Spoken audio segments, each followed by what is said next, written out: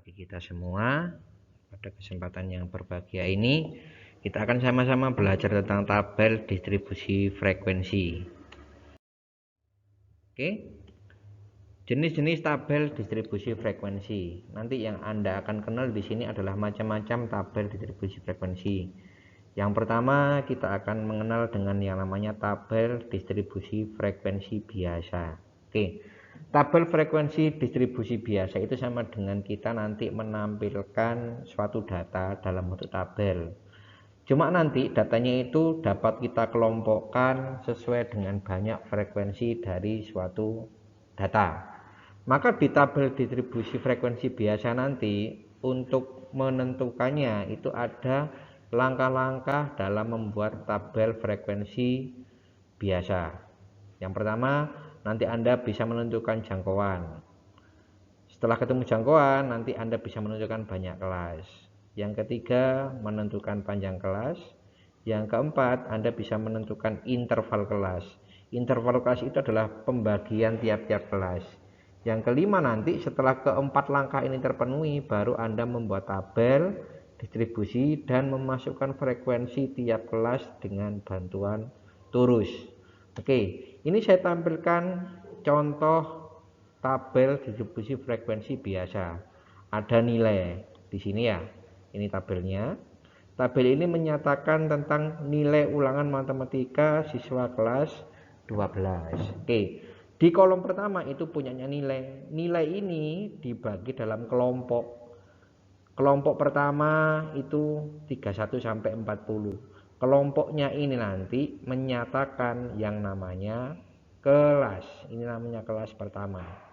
Di kelas pertama nanti kalau kita lihat itu banyak sekali unsur-unsur yang terpenuhi. Selain ini nanti di tabel distribusi frekuensi biasa itu ada tampilan frekuensi. Frekuensi ini menyatakan banyak nilai atau banyak data di antara 31 sampai 40 itu datanya ada 3. Oke, untuk lebih lagi mengetahui unsur-unsurnya perhatikan. Oke, menyajikan data dalam bentuk tabel distribusi frekuensi. Unsur-unsurnya dulu yang perlu kita pahami. Oke, yang pertama, kelas atau interval, yaitu kelompok nilai data yang ditulis dalam bentuk interval. Ini namanya kelas. Oke, kelas pertama itu 31 sampai 40. Oke, dari sini saya mencek ada berapa kelas. Ada 1, 2, 3, 4, 5, dan 6. Jadi tabel ini terdapat 6 kelas. Nanti tiap-tiap kelasnya itu bisa kita cari unsur-unsur yang lain. Yang pertama, kelas tadi sudah. Yang kedua ada yang namanya batas bawah kelas atau BB. BB yaitu adalah nilai data yang terletak di sebelah kiri untuk setiap kelas interval. Jadi yang terletak gini, misalkan kelas pertama ini. Kelas pertama kan terletak antara 31 sampai 40. Maka 31 itu jadikan sebagai BB. Jadi di kelas pertama itu BB-nya adalah 31.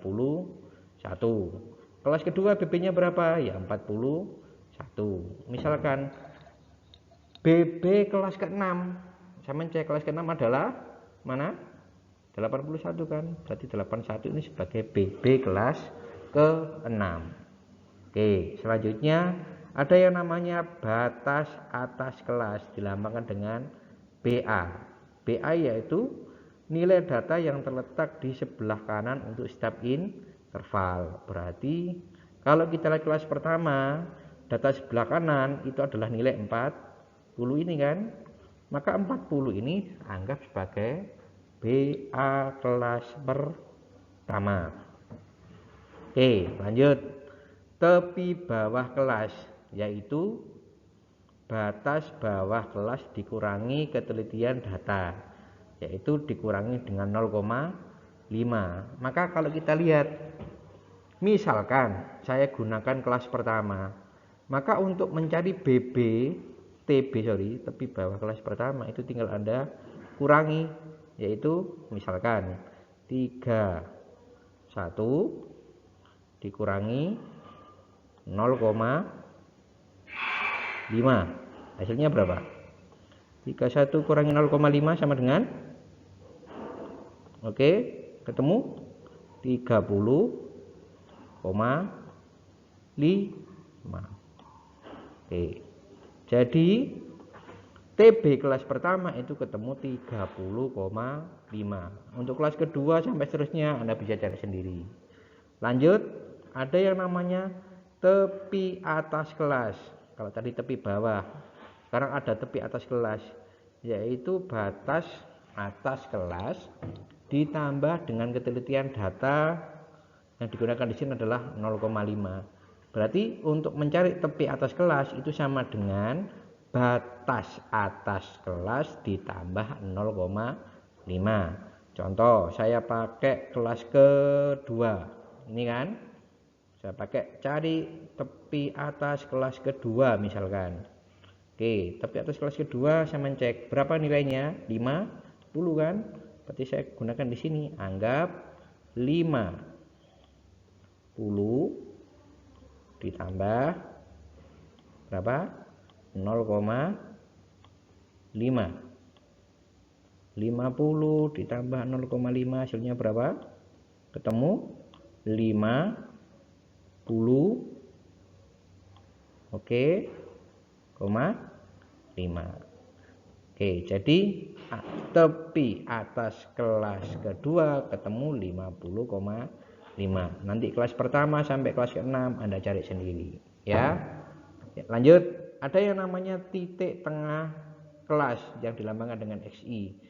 Untuk mencari titik tengah berarti anggap di kelas pertama itu kan letaknya 31 sampai 40. Cari tengah-tengahnya itu dinilai berapa. Kita bisa menggunakan rumus ini, setengah ditambah BB ditambah BA. Batas bawah ditambah batas atas, hasilnya dibagi 2, itu bisa mencari nilai tengah kelas. Oke, lanjut.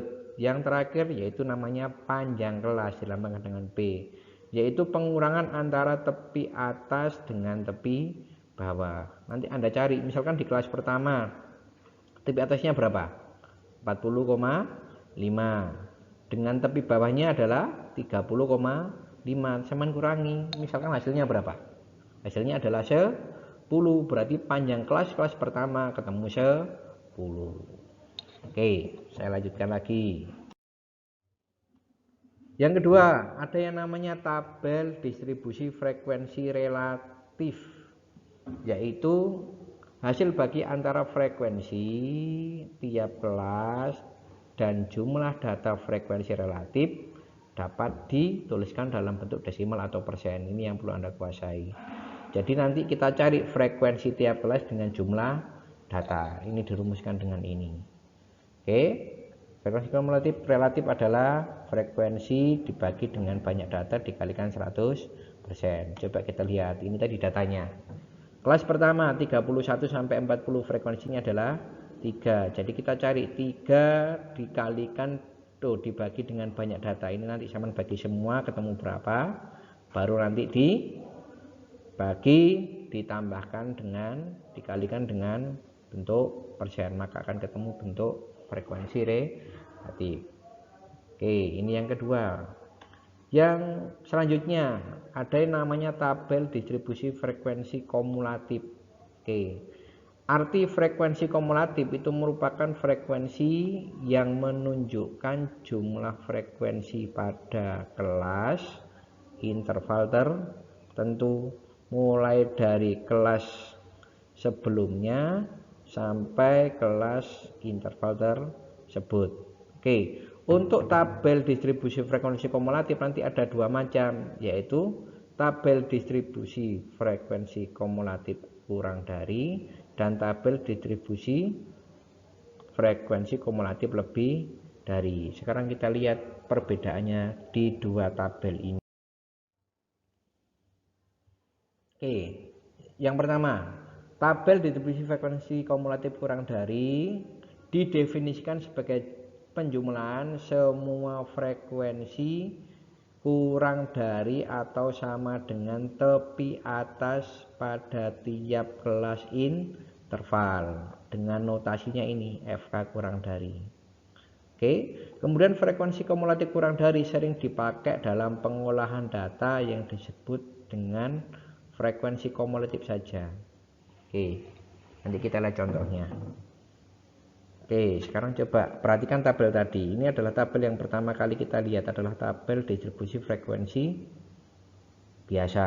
Oke, dari tabel ini nanti kalau kita berbicara frekuensi kumulatif kurang dari, maka dari tabel ini harus kita cari nilai tepi kelasnya, yaitu tepi apa tadi? Tepi atasnya. Berarti ini nanti kita perhatikan dalam kolom ini. Yang bagian sebelah kanan itu kita perhatikan. Oke, ini kan letaknya batas atas. Kalau dicari tepi atasnya tinggal kita tambah 0,5 sehingga tepi atasnya ketemu 40,5. Tepi atasnya ketemu 50,5 sampai terakhir ketemu 90,5. Sekarang kaitannya di sini dengan frekuensi kumulatif kurang dari. Tadi sudah dijelaskan bahwasanya kaitannya adalah Anda tinggal melihat, menjumlahkan frekuensinya.